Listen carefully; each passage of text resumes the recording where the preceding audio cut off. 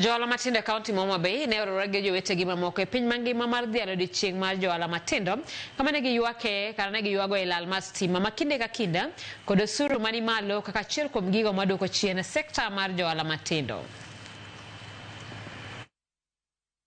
Joala matindo e kaunti ma Homa Bay ne oyudo thuolo mar riwore kod jowetegi mamoko e dhialo odiechieng' mar joala matindo e piny mangima. Nyasino manobagi e boma ma Homa Bay, joala matindo ma uso mwandu mopogore ne oyudo thuolo mar nyiso mwandu ma gin go, ka bende ne en thuolo mar manyo chiro ne mwandu ma giuso kod manyo kaka ginyalo go okang' e pek moko ma gisebedo ka gineno e chenro mag ohala ma gisebedo ka gitimo. Kendo thuolo ma kama miyowa go mbaka kendo wayudo ni kuonde mage ma samoro adi gimoro diya kenda to adich kenda to samoro diyo nyawadwa to lingo do kocha.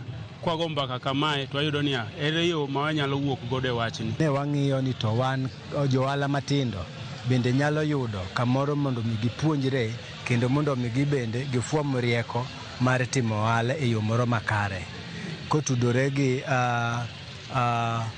jo ohala mamoko kata gi government. E kinde no bende johala matindo mane okelo mwandu gi ne oyango pek ma johala matindo osebedo ka kale kendo osebedo ka thiro chenro ma gitimo kama oting'o lal mar stima e kinde ka kinde kod osuru mani malo ma gikoni juogo gi ma bende gikoni osebedo ka thiro dongruok mag johala matindo. Wayudo kuonde moko ma wuoche hinyowago.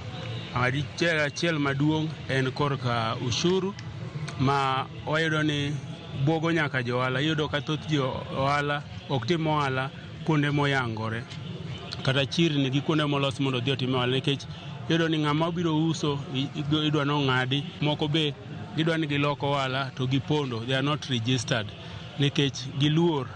Koro aparo ni ka nitie thuolo moro ma otieg ji mopuonj ji ni mondo wa register kata mondo ohandwa oyangre oko, ok ng'is ni koro ibiro mawa kata ushuru dhi bedo malo. Anyalo nyiso jo ohala ma dwa chako ohala ni kik obed gi luor.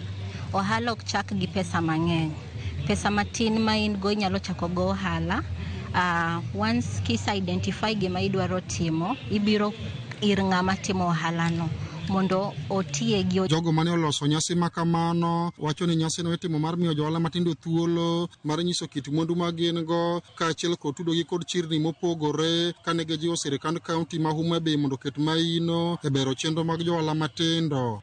Maendi en odiechieng' manoket mondo wayud kaka wanyalo expose jo ohala matindo tindo mondo manie chiro to kendo ginyalo improve on their marketing skills and their sales. At the same time ginyalo yudo brand exposure.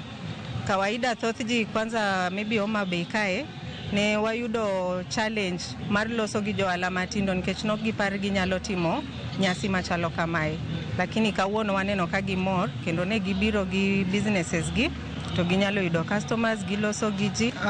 Feedback moko mane wayudo inyalo yudo ni spaces magitime businesses wach ni korka ler nikech koro gichulo license, koro ne thoth gi expect ni kama gitime business obedie maler. Alia Beach, Ramogi TV, Homa Bay.